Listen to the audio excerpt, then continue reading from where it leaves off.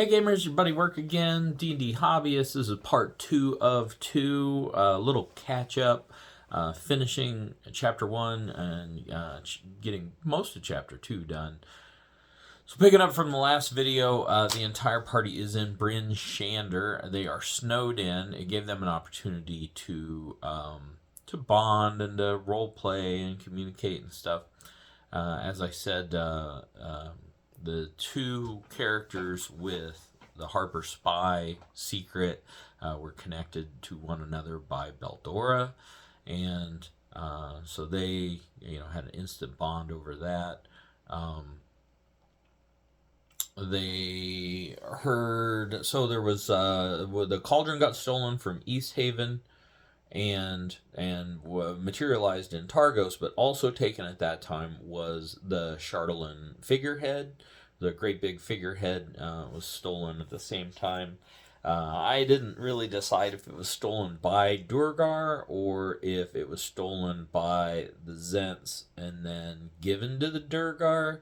I think Nerth probably has like a treaty with the Durgar to give them Chardalyn in exchange for, other gems and ores and things of that nature. Being pragmatic as he is. So the group took off as soon as the snows let up, and they went to Crackalock to recover the humanitarian caravan. And as they got close to Crackalock, they did a random encounter on the way there. It was from the Dragonlance campaign.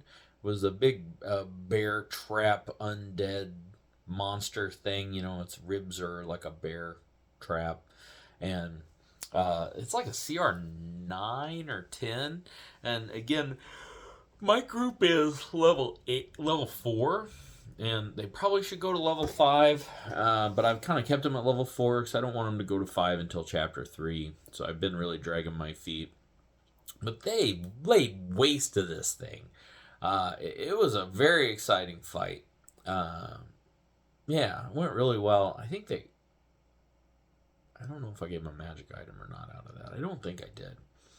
So they go to Karkalok. They scouted it out with their familiars. They didn't really find anything, so they just decided to walk up to the gate. So as soon as they got in range of the guard towers, they started taking arrow fire. They tried to explain that they wanted to talk. The goblins are like, talk to my arrow, and just kept shooting at them. They're missing, they're at the extreme range. The goblins started shooting before they were even in range. They're defending themselves in full defense and dodge and holding up shields and what have you.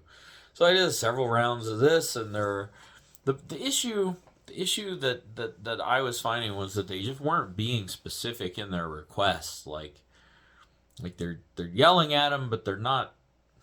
They're just like, we want to talk, and they're like, so talk. And they're like, we want to talk. It's like, what? So I, was like, this isn't going anywhere. So I had them, the gates open up and a bunch of Wargreiden goblins come out with spear lances and everything. And they do like a couple ride-by attacks, which did not go well for the goblins. 5.5 caltrops are no joke. Don't sleep on that.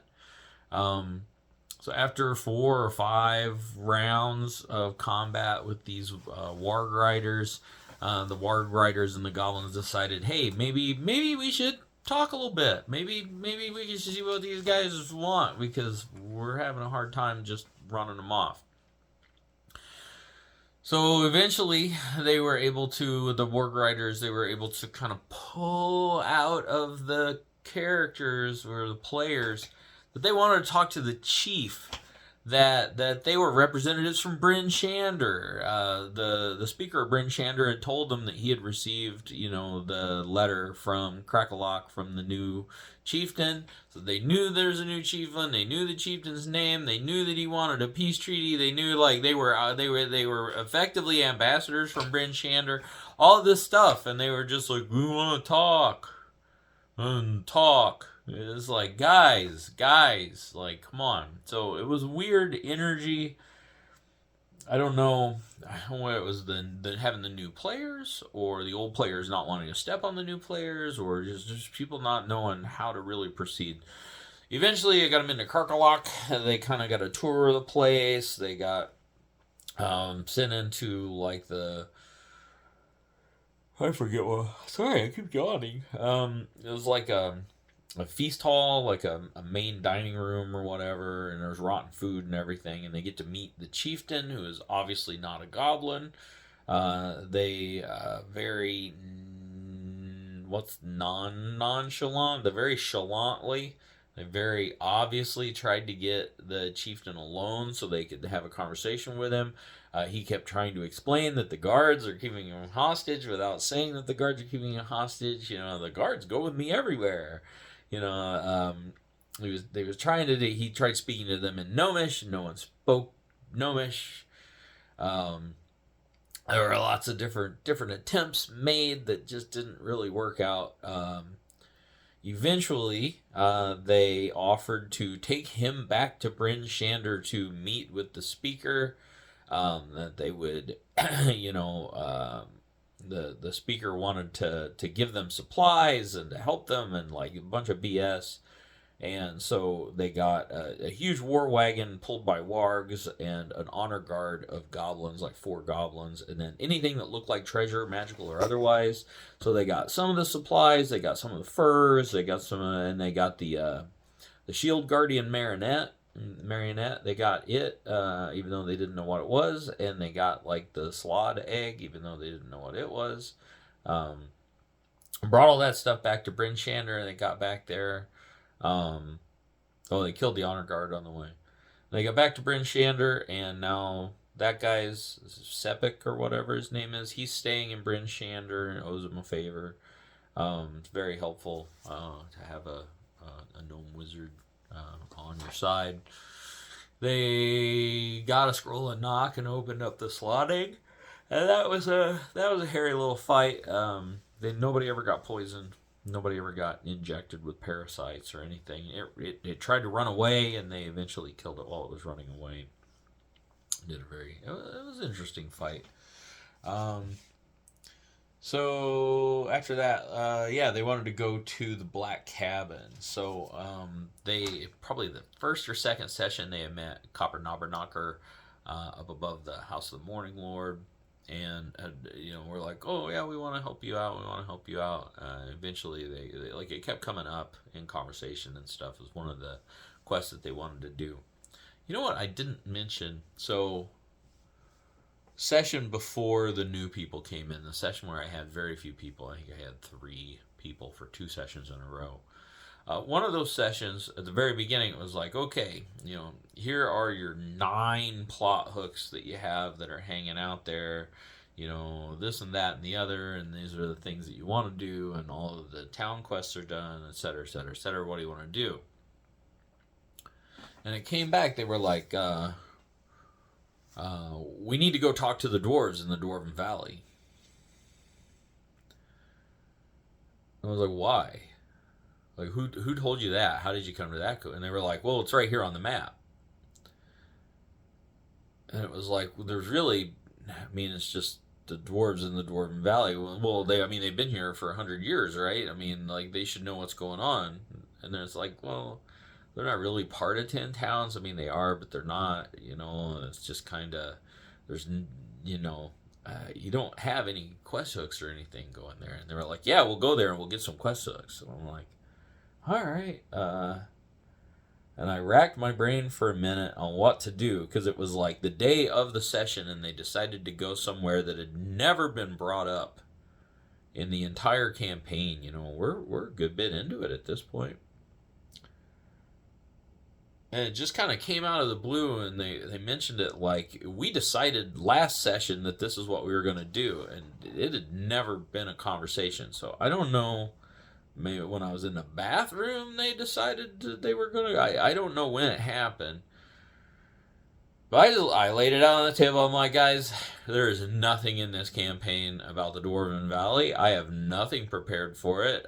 We've never brought it up to my knowledge, I was like, we can spend half a session going to the Dwarven Valley while I improv and make shit up, but it's not going to go anywhere.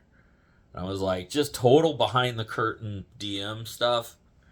I got nothing for you. And if you're dead set on going there, we can go there.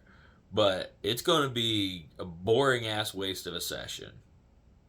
Just straight up. And they were like, you know, we had a good laugh.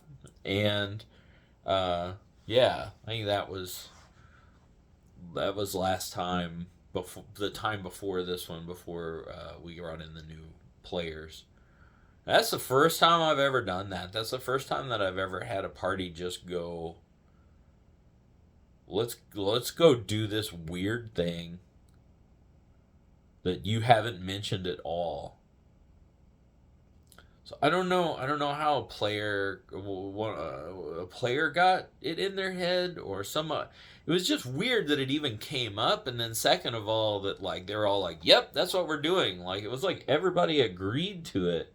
And I don't know, there's been zero hooks. Like they got the iron ingots in the very first session. They went and rescued the iron ingots and brought it back to the guys here, and they were from the Dwarven Valley. I mean, crap, that's been almost a year ago. Like that's been a long time ago. 9 months ago. So yeah, that was a weird thing. I generally don't. I don't think I've ever but bared everything to the party like that before. So that was a little weird. And that was another part of the reason why I was like, we need more people, because I think I got one player that's like looking around and seeing something and then saying that and not really following the story. Maybe I don't know what precipitated it. I handled it very clumsily, but they didn't go to the Dwarven Valley. So anyway, back to the Black Cabin. So kind of going on with weird DM stuff. So they go before they go to the Black Cabin. I had them stuck. They were in Bryn Shander for 3 days, and every day I had an event happen to them. So the first day, there were refugees out of Lonelywood, and we've been telling them that Lonelywood is being attacked by the Druid, and a lot of people are being killed, and a lot of people are running away, and things like that. I'd mentioned that probably twice, 2 or 3 times since they were in Lonelywood. But this guy was, I'm leaving Lonelywood, because of everything going on there.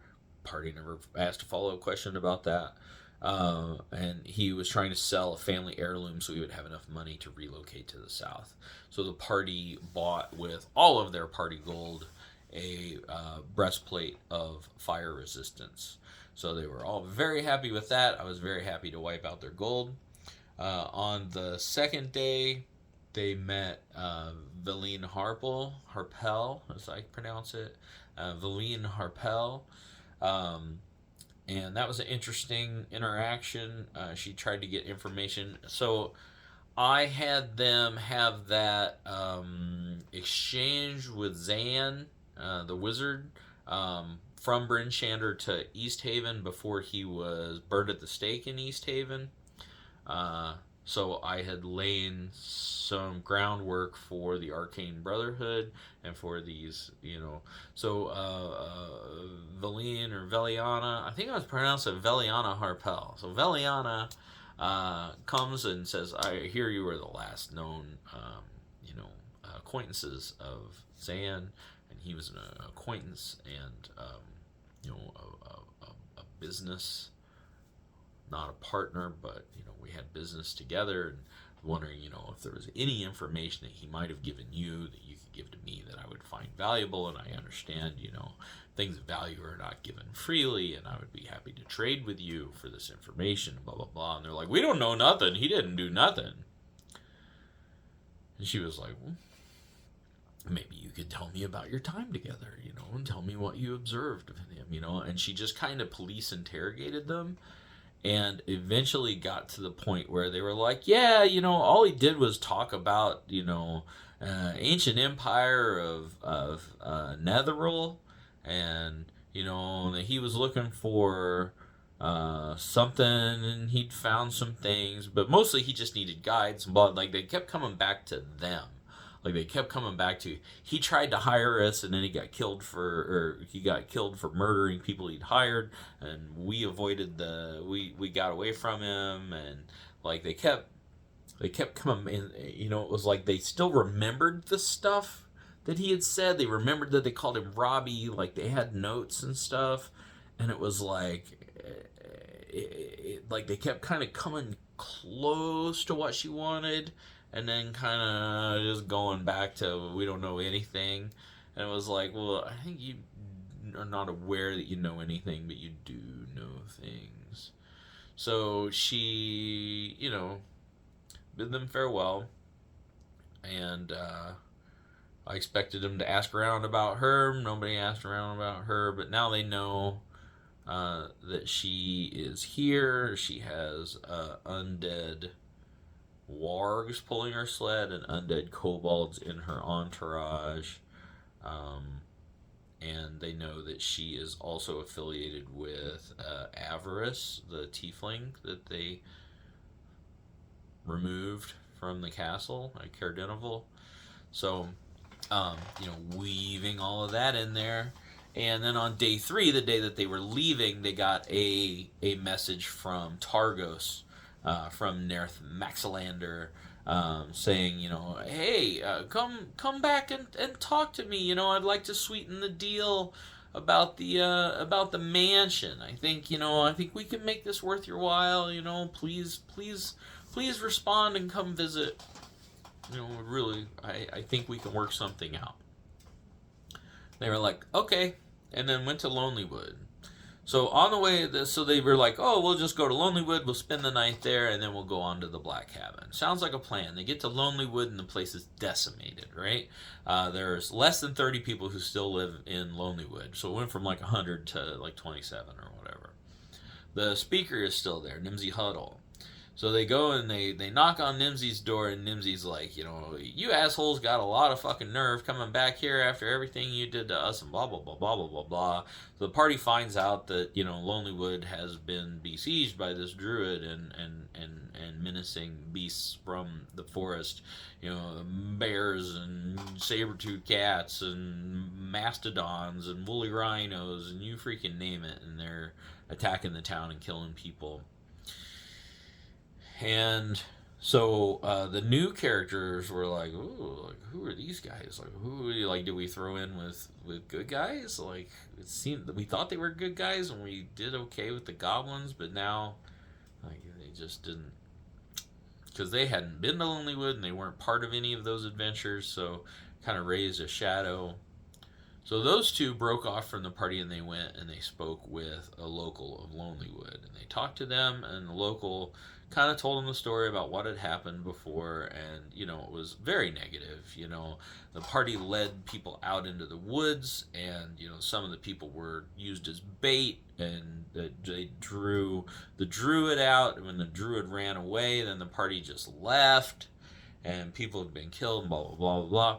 So they made this shrine to Oral. They made like an altar where they could sacrifice things. So they've been sacrificing things, food and wealth and, items of whatever, personal possessions and, things that are dear to them.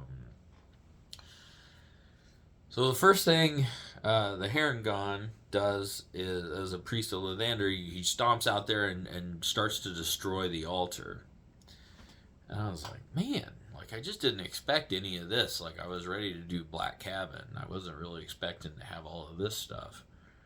And they kept saying we want to go. We'll set this straight. We'll go out there and we'll put an end to this menace and everything. And the people in Lonelywood are like, you don't do anything. Like anything you do is gonna just backfire in your face, and you're gonna leave, and we're gonna die. And you've done enough, and we'll take care of it. And just leave us alone, and just leave and go away, and leave us alone and go. It was really harsh, but I wanted it to be. The party's already kind of created they indirectly created a power vacuum in in Caer-Dineval and in Goodmead and like now in Lonelywood, and it's like they keep doing things, but then they leave, And with the Zenorim around here, they're just going to take advantage of any opportunity like that. So that's what's going to happen with Lonelywood. So as they destroyed the altar, I sent out some cold light walkers, and because I figured Oral's not going to be happy about that. So I just animated a couple cold light walkers. I mean, there's plenty of dead bodies around here in Lonelywood from all of the attacks and everything. Um, people that might have been killed and then died of exposure. So I up jumped a couple cold light walkers, and I was planning to go up to 4, but I started with 2, and I had one in my hand to put down like on the second round. And in the first round, the first cold light walker just dropped the paladin. So I was like, maybe I'll hold on to this a little bit. And then like they got him up, and then like somebody else dropped, and I was like, okay, these guys are some fucking heavy hitters. So I just kept it at 2, and they had a touch and go fight with him. It didn't go smooth for them, but they were like, okay, don't mess with God's shrines. That's not a good idea. So they went out in the lonely wood. They looked for the druid. Obviously, they didn't find a druid who can pass without trace. They were looking for big creatures and stuff. Eventually, the druid left a druid message saying, we want to meet and talk with you, and then they headed on to the Black Cabin. So they get to the Black Cabin right as another blizzard's coming in. They go into the Black Cabin, it's the snow's blowing, and they see that the whole thing's perched over the top of like a ledge, and they're being very careful about that. But Connor wasn't there again. He's got a wedding coming up. He's missing a lot of sessions. He's supposed to be here Sunday, so I'm very happy for that. So they didn't have a rogue, so they're just like falling through the floor, and they're like, okay, folks, if you don't have a rogue, you can still be careful. You can still look for traps. You can still investigate areas. Just because there's things that a rogue does well, that doesn't mean that you just stumble around like I guess I just can't do this then. Like, you still need to have self-preservation. Like, just because you don't have a rogue in the party doesn't mean that you don't understand that you're in a fantasy world and that there are traps and hidden things everywhere. And that's kind of, part and parcel for the world. But rant over. So they go in there, and the first thing they did was they scouted. No, the first thing they did was they opened the door, and Lamplighter stayed at the door, and the cleric went inside and picked up the thing, and it started to glow, and he set it down, and it quit glowing. So he looked around, and he saw the book, and he took the book and put it in his pack. And then he picked up the artifact again, and it lit up, and, around later, it exploded. And it killed him and Lamplighter, who was standing at the door.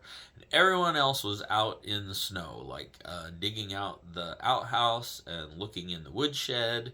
They weren't anywhere near the cabin, which was kind of ideal. So now they're scared shitless. They're scared to do anything in the Black Cabin. They scouted out with, familiars, and they see that the whole place is pretty much harmless. They go in, they thoroughly investigate everything. I let the dead people know that they are ghosts. They have a little bit of interaction with Macretus.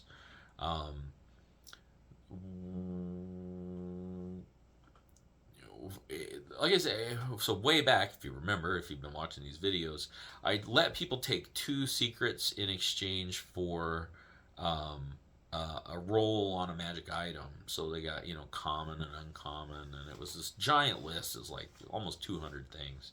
And the druid got a headband of intellect. It's like the only useful item anybody got out of all of that. And so she kind of spearheaded figuring out what was going on and how this stuff worked. And, she pretty much had intelligence as a dump stat, and just turned into this awesome investigator. She was, Sherlock Holmes going through this stuff. So she figured everything out and combined with the other folks, and they were all helping each other, so they were able to craft up the thing, and they made it, and they got everything done, and they,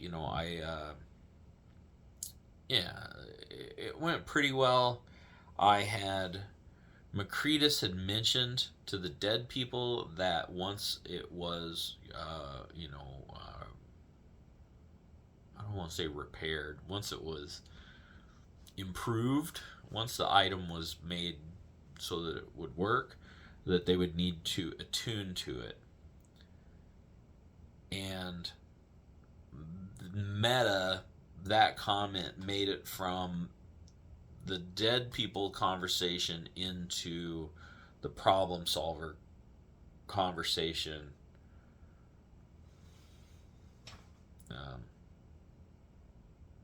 Yeah. So that kind of spoiled it. So what happened was that the dead people didn't get an opportunity to do anything.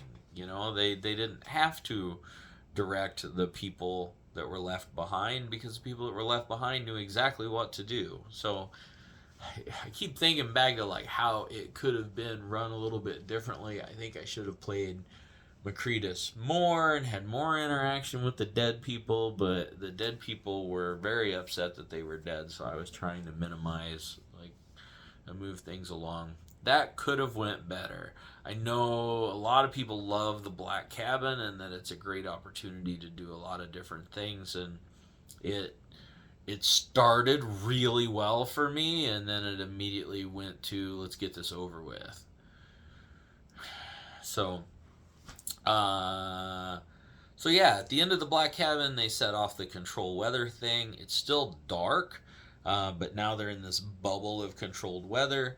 As happens quite often as they were leaving, they have an encounter. In this case, it is a werebear, a lycanthrope, a polar bear.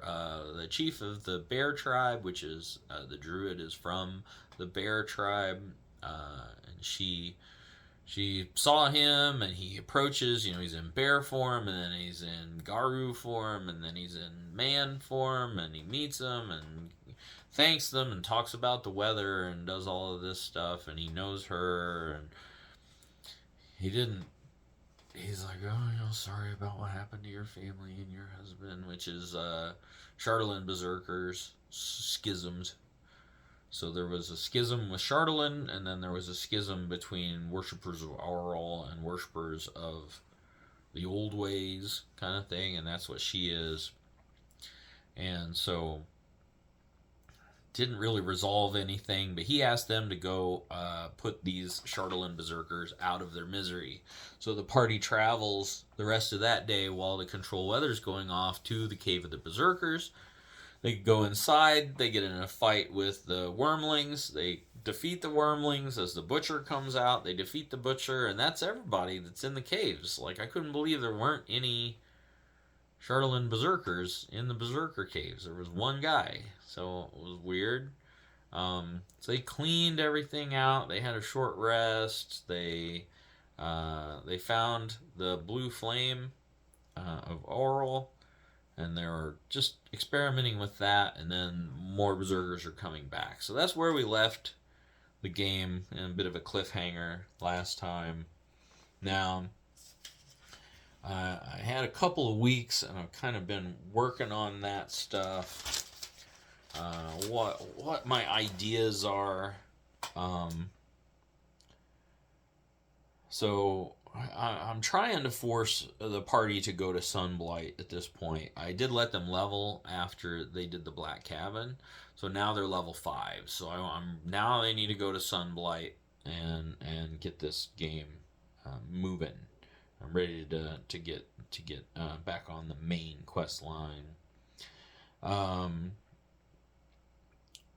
had the idea I'm going to have a competing party. So after the Berserkers, if they go back to Lonelywood, Lonelywood is being renovated. So I want to have them get snowed in to the Berserker Cave. So time's going to go by in Icewind Dale while the party is trapped in this nasty, nightmarish Berserker Cave full of Chardalyn, right? I have them stuck in there. They'll be okay, but I'm just mostly just saying, Oral's overreacting to the control weather spell and is unleashing your fury upon them. And then when they get back to Lonelywood, Lonelywood's going to be in a state of repair. There's going to be people around. There's going to be stuff going on. There's fires burning. What happened was Nimsy Huddle went and met. She called for a speakers meet where all the speakers come together and talk, and she met them all in Bryn Shander, and everybody came there, and everybody donated and agreed that that's a big problem. So the lumberjack guy that's in Goodmead, that's a great business opportunity for them. So they sent like 6 lumberjacks and their families from Goodmead to Lonelywood to kind of get the lumber mill going again and get all of the timber business going. He didn't go, but Nimsy Huddle is very smitten with him because her husband's dead. She's a widow. He's a bachelor, he's a dwarf, she's a halfling. Hey, weird things have happened, right? So she's quite taken with him. He's a speaker, she's a speaker. Like, is there music in the air? So one of the things that the Council of Speakers did was they hired an adventuring party to come out and deal with the druid. So this adventuring party came out, and I've statted them up and given them all names, backgrounds, and what have you. And they're just a party of second level guys. So they came out here and they managed to talk to the druid and found out why she's angry. And she's angry because her sister was murdered by this elf from Caer Konig named Hinding Oyuma. Which is a halfling paladin in my party, but he didn't kill her, but the sister thinks he did. So the sister is also a druid, and she reincarnated him. She had a crush on him, and they were both investigating the thefts in Caer Konig, the Durgar, when Hinding had been murdered. So she raised him, and because he was a halfling, she was mortified and embarrassed, and she was going home, and she got murdered by the serial killer. But the sister blames Hinding, who is still Hinding, but not really, and he didn't do it, so there's a lot of stuff, but they're going to find out about that. The parties here, they run an inn. I'm going to call it the Speakeasy. There's Targos sent an administrator, and he's like giving out loans and doing land permits and hiring people and paying people, and getting things kind of back running again. East Haven sent engineers. They're setting up defensive positions and getting a wall around Lonelywood, and that's what they're focusing on. So Lonelywood's doing fine without the party. The party can just fuck right off. So the Zents are doing a good job here in 10 Towns. So I said Goodmead and Lonelywood both switched up to a humanoid sacrifice to Oral. So now half of 10 Towns is doing human sacrifices, and Oriole's getting more and more powerful. So all of that's going on. I had the idea that Beldora... So Beldora, the Harper contact in Bryn Shander, is compromised. So not that she's a double agent or anything like that, but they know she's a Harper agent and she has someone watching her. So she has someone watching her all the time, and so they know the 2 people in the party are Harper agents as well, because they have seen them on multiple occasions go and meet with her. So I got to figure out how they're going to figure that out. But if they go to Targos to meet with Nerth, I was going to have them be approached by a false Harper. So they're going to come up and they're going to buddy and hey, and I'd like to talk to you. It's going to be Khajiit, or not a Khajiit. What do they call him? A Tabaxi. It's going to be a Tabaxi, a bard, and they're going to be real friendly and real schmoozy and charismatic, and then ask the party to speak alone about matters most dire, and like we'll pull the party like into a private room and have a conversation with them and be like, this is very secret, but I feel like I get to, I am a harper, and I need the help of goodly adventurers like yourselves. Are you able to help, the goodly cause and all of this, And I'm interested to see how that's going to go. But this false harper basically tells the party to kill Nerth, which is actually the Harper mission of one of the Harper spies. Ironically, so the one's on a mission from the Harpers to kill Nerth, and then this Harper is like, kill Nerth. So obviously there's a trap. If they approach Nerth, Nerth's the way he was going to sweeten the deal is I was going to put in a hook for the Prisoner 13 quest that was I think it was free on D&D Beyond. So I have the Prisoner 13 quest, and I was like, Revel's End, it ties into the movie. Like a couple of the players know what Revel's End is and that it's up here, but like I don't have any adventure hooks or anything like that. So I was gonna, it was a sort of thing where they could earn some money, like they could get quite a bit of money if they're able to recover this fortune for from Prisoner 13. And I'm interested to see how they would approach that quest, because I don't know how you can be successful in it at the level range we're at. So I was something to do. Put it out there. I think they're gonna get this quest to kill the Harper, to kill Nerth from the false Harper, and they're gonna want to go kill Nerth. And I don't think that's gonna go real well. I gave Nerth, he has a captain of the guard and honor guard.